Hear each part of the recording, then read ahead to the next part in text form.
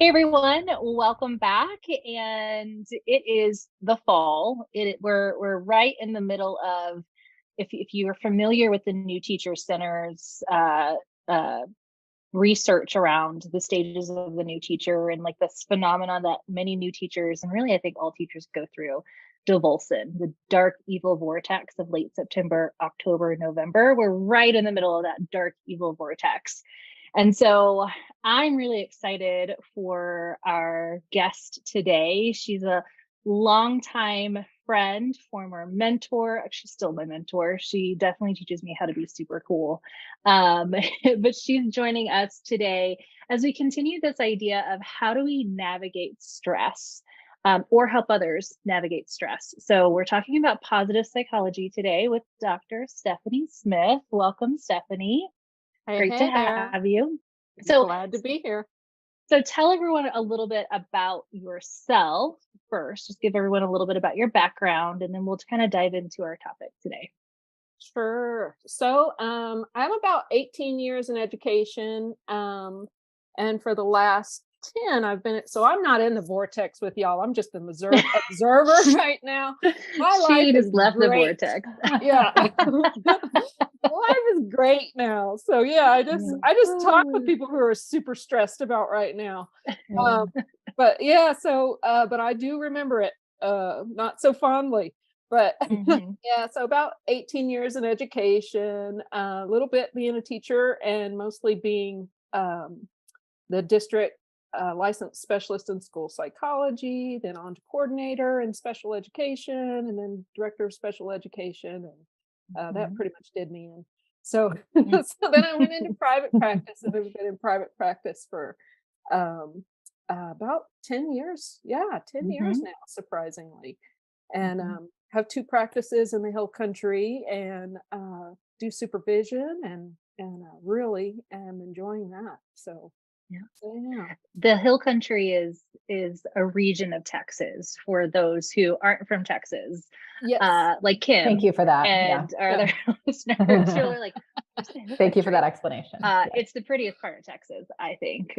So yeah. It Well, is. thanks for that. And I'm a little jealous that you're Kim and I are more removed from the vortex ourselves, but we're still in the aura of it all. So Right. so we get it.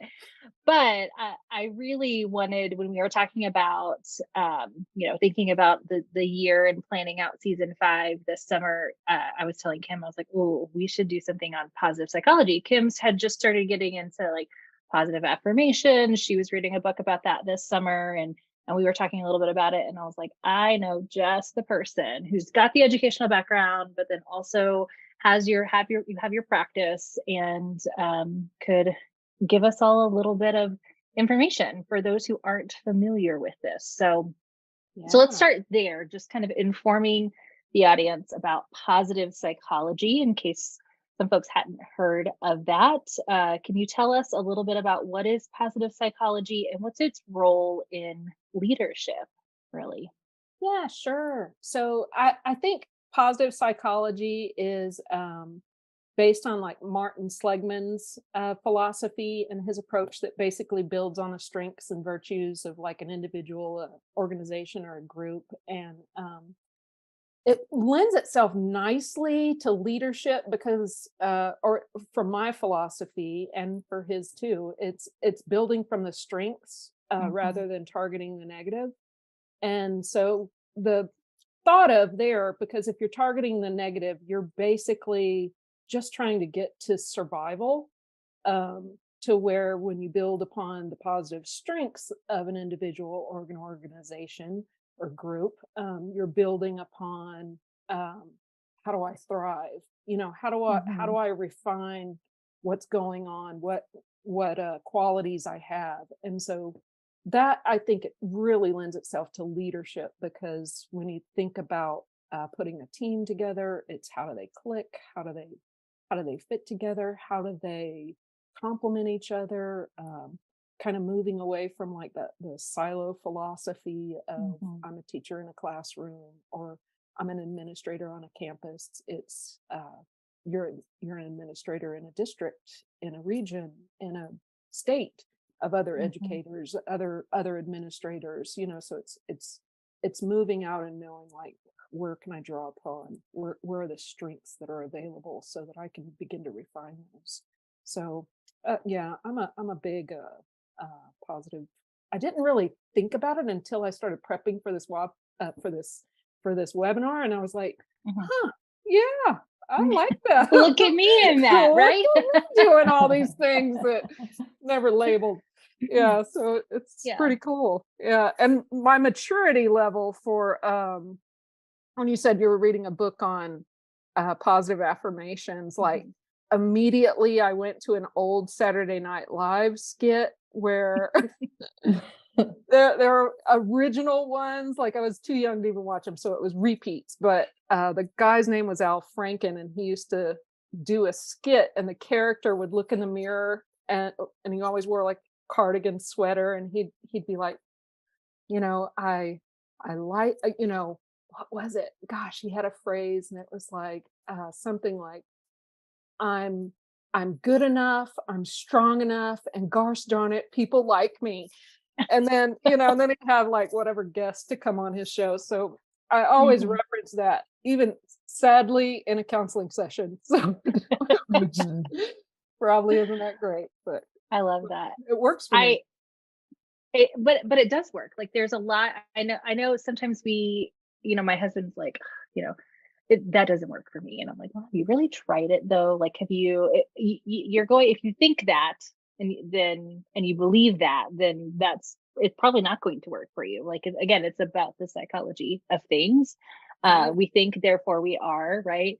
And but I really like your kind of summary of positive psychology in that it's like it's a difference between just surviving to really thriving. And I think that's why right now in the dark evil vortex, many people are struggling to just survive. And so certain strategies are not going to be very helpful for them. Yes, they do need to survive, but they actually need to move through the survival into that thriving piece. And I think that's exactly what a leader's role is within an organization. Yeah, So yeah, good you're analogy. exactly. Yeah, exactly I think right. as a coach, when Corey and I were preparing for this, one of the things that I feel like I hear a lot from coaches is, um, my teachers are struggling just like they are at this time of year. It's very overwhelming. There's a lot to think about, and you're kind of past maybe the honeymoon phase of your school year and getting into the grittier parts.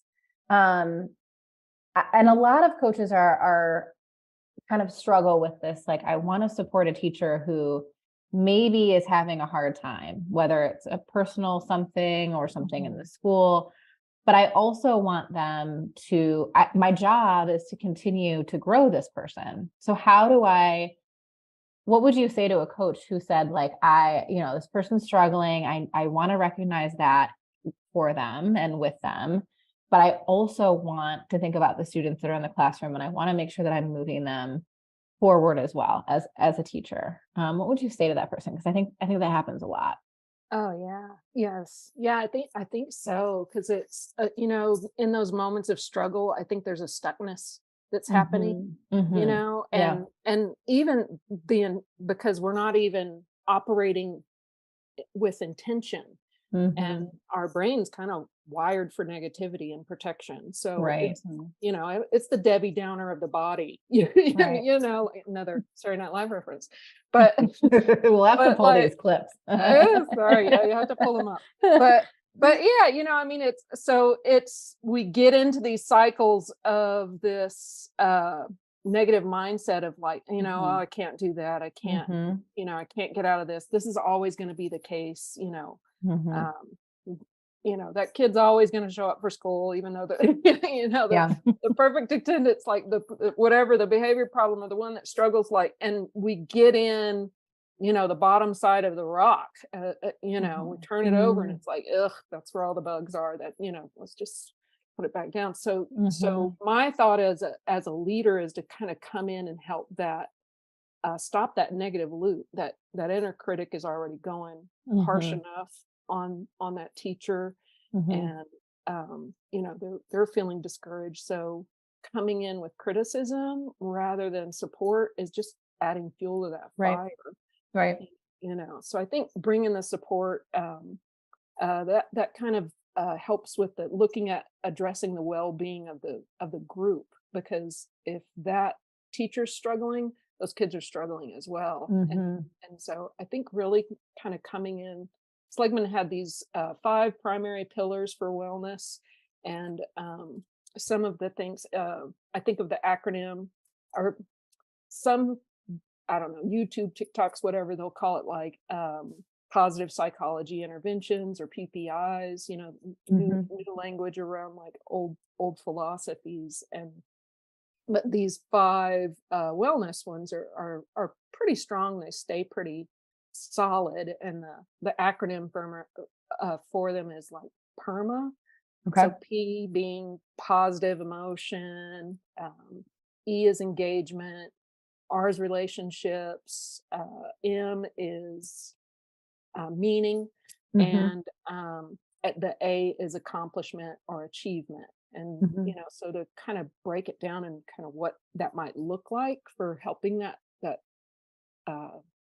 administrator who's coming in, or that coach who's coming in to assist that teacher, or even the teacher, it's looking at that first one, that positive emotion. It's like, what makes you feel good, kind of rooting back, like, why are you doing this, and let's get you back on the clean side of the rock here. Like as much as we can, where the sun shines, right? Get you rid of the surfaces, get you to the surface, and so I think how you bring in that energy really helps shift that intention of bringing that in. And like that engagement is going to be like, where's the flow, where's the where do you excel, let's talk about that, and that helps pull them away from that stuckness. And then the relationship, the rapport, what connects us together, what's our common goal, meaning is what matters most, what recharges them, what gives them purpose, like back to the why. And then the accomplishment, that's kind of what's working. What are you trying to do? How can we celebrate what you've already done? Let's look at that. And that moves their intention back into, oh, wait, there are some things that are working. There are some things that are going right. Yeah, I think that's a good point too, because in October, we've already had probably months, depending on when your school started, of things that we've been working on. And as we get into perhaps this area where people are struggling more, it's probably very good to look back at the growth that's happened so far and start there. And then probably the next question is, so where do you want to go? What's going to help you, make the most out of what's going to help you be the best, version of yourself, but really building on those strengths, like you said. Yeah. I think it's, I really do. And again, this is where I like to go to, if you've been collecting evidence, whether it's student work samples, writing samples, even, where we can see students showing their thinking in math, and look at some of the earlier examples from the school year to now. If you've been using video, especially, that is a really good, because you can't, when you have those artifacts, student work samples, even looking at lesson plans and how the design has kind of shifted to be more intentional, more student driven, more data driven.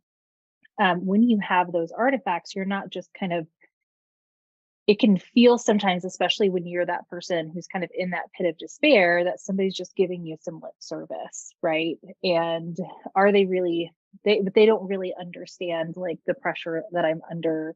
And they're just being nice, that's their job, right? Like, or there's that Corey, you can never knock a smile off her face, which is something I've had people say to me before. But but like to be really authentic in helping them through that kind of acronym of PERMA, and bringing that collected evidence into it. And so, you know, being thoughtful into how you're going to collect that. And that's something we talked about in our earlier episodes this season, is thinking about how will we collect artifacts and data, not just around our coaching, but the teaching and the learning that's happening, so we can pull those in at moments to really kind of speak from. So I think that's valuable. Yeah, It also makes me think about where I went wrong a few years ago, right in the middle of COVID. I had just finished reading. Elena Aguilar is amazing in her transformative coaching approach. And she does a lot on like kind of the psychology and the feeling side of things. And I had tried this strategy with a teacher who just, to Kim's point, was just like, she sent me a message. It was like, overwhelmed was like the title, right? And so she like listed all these things, and she's like, I'm excited that we're going to get a chance to work with you and that you're going to help us through these things, because I'm just so overwhelmed. And I was like, I wanted her to feel like I had heard her, right? And so I probably should have applied PERMA to this situation instead of what I did do, which was, on a scale of 1 to 10, tell me how, like, let's dig in a little bit to this feeling of overwhelmedness that you have. And like, you know, like I was just like sliding under the rock with her, right? Like I was just like shoving her further, stepping on that rock. Let's talk about it more. Yeah, let's talk about it more. And like when I wrote it, yeah, and I did it via email, which, you know, it wasn't in person. I think I would have noticed body language and stuff if I had done this live with the teacher, but it was COVID, and so we were working electronically, and she never responded to me. And I was like, well, that strategy didn't work. And I think it has a place. I think it does that, like when somebody just can't figure out where to go from something. But at that moment, it was definitely that piece where they needed some positive affirmation. And I could have brought in like some things I already knew that were going well from her classroom, or because she had worked with another student that I knew previously, to say like, I know you do this, and I guarantee that you're still doing that and having that impact, right? And being able to talk her through that.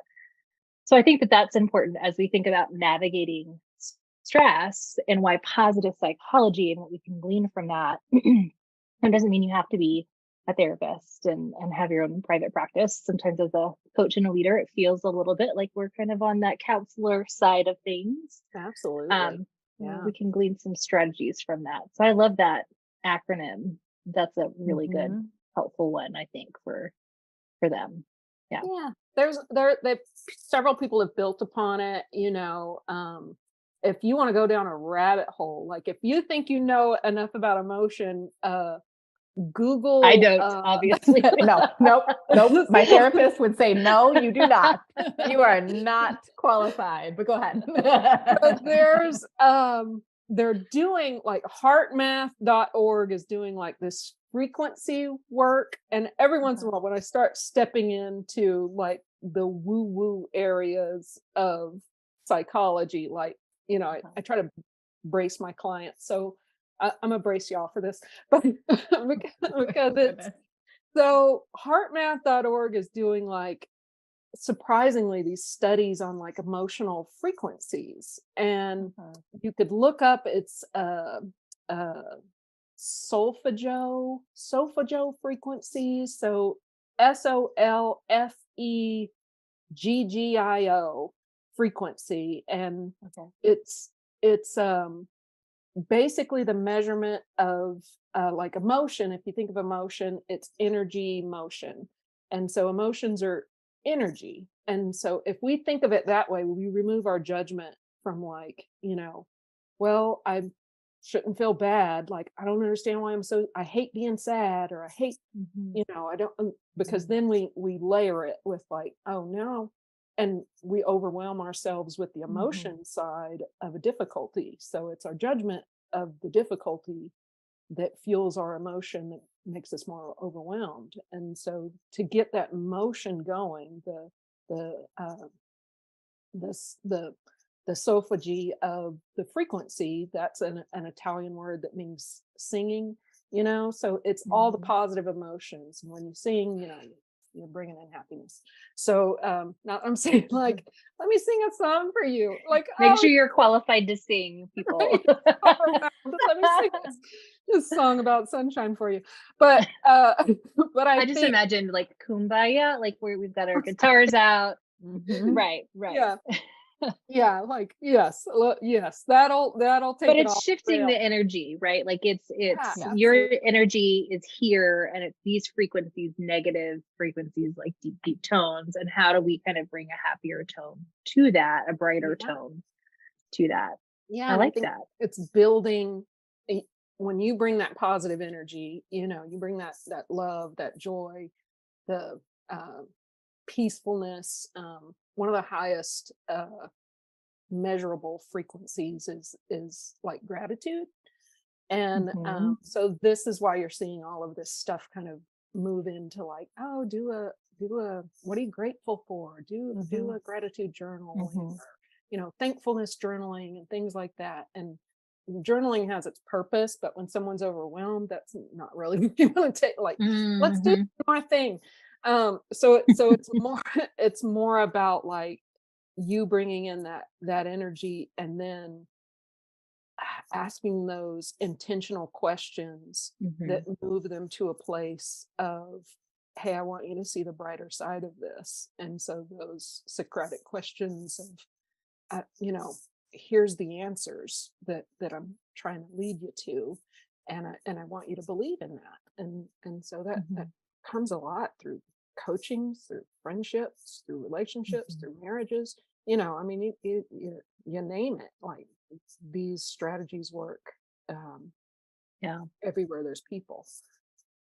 Yeah, I love that.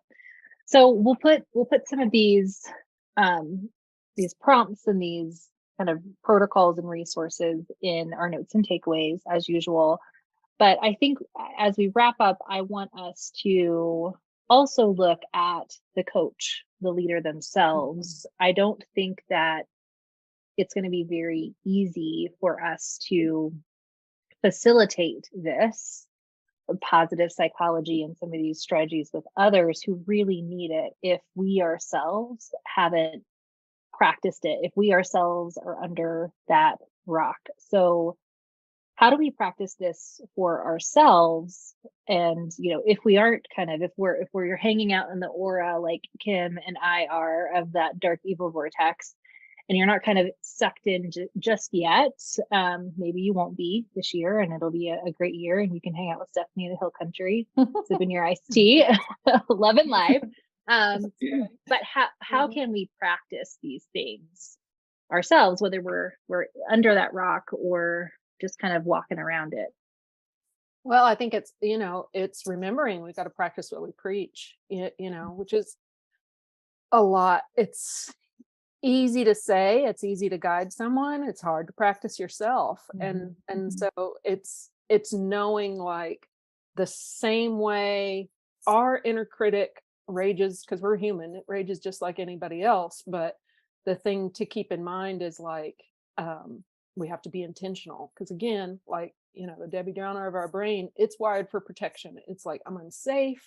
What if I'm not doing it right? Those things are going to creep in to us unless we're intentional.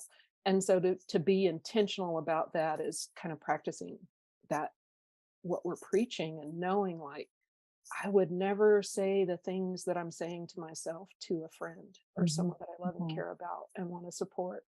But if we listen and move ourselves out of that automatic critic, and become the counselor, like, you remember the cartoons where, the little devil and the angel pops up on the shoulder, to remember, like, let me just thump off that little critic for a little while, and remember that counselor in me who, how do I talk to my best friend? How do I talk to my child? How do I talk to, someone that I'm seeing struggling? I'm not going to be like, what the hell? Get it together. There's, I mean, we might on occasion, but I mean, and we're going to do it in the most loving way possible. We don't do that internally to ourselves. We've got to intentionally build those pathways of support.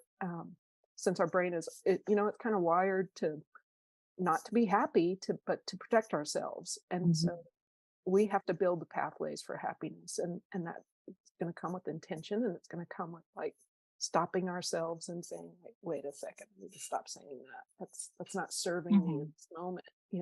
It's a drain. Yeah.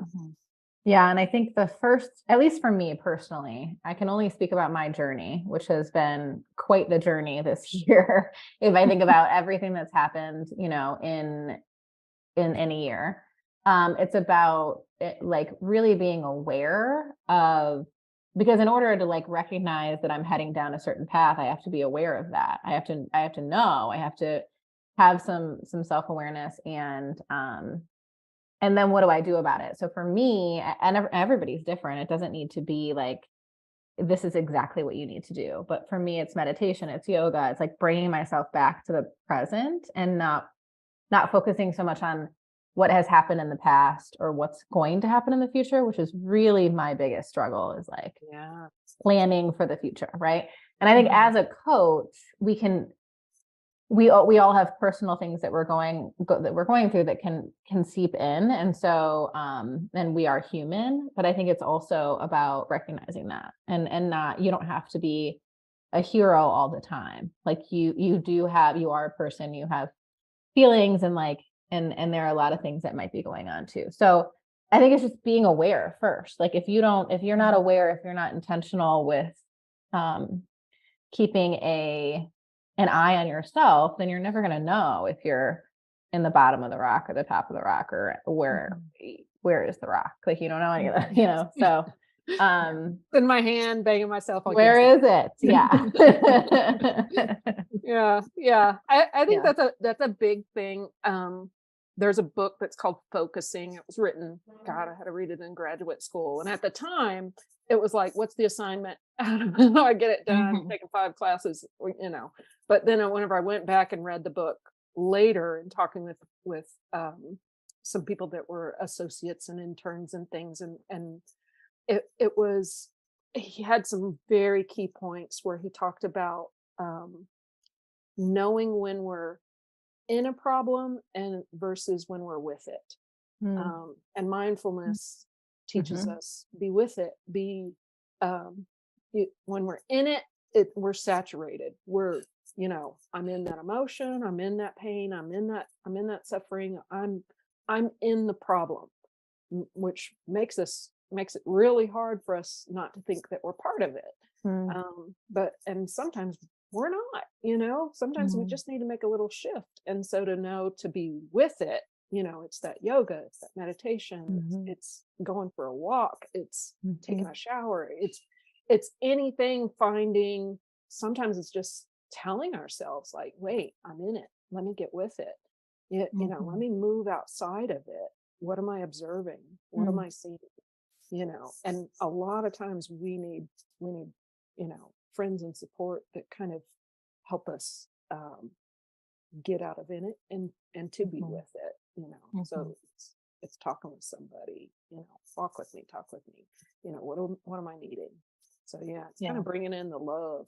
That love and belonging, right? That we hear so much from like Brene Brown and others. Well, I think this is wonderful. This has been a great conversation. You've brought a lot of great resources, which we'll of course put on, again, the notes and takeaways. So thank you so much for that, Stephanie. I did pull up a short SNL transcript of Stuart Smalley because I felt like I needed to see this. So here we go. Right. We're going to end this episode with a little Stuart Smalley positive affirmation. I deserve good things. I'm entitled to share my happiness. I refuse to beat myself up. I am an attractive person. I am fun to be with. I'm going to do a terrific show today, and I'm going to help people because I'm good enough, I'm smart enough, and doggone it, people like me. So there you go, folks. Doesn't get much better than that. That's right. From the great way to end the show. Yep. All right. Thanks so much, Stephanie, for joining us. We'll have you back again, I hope, and we'll stay in that seems touch for great. sure. Sounds All great. right. Thanks, Good to see y'all. everyone.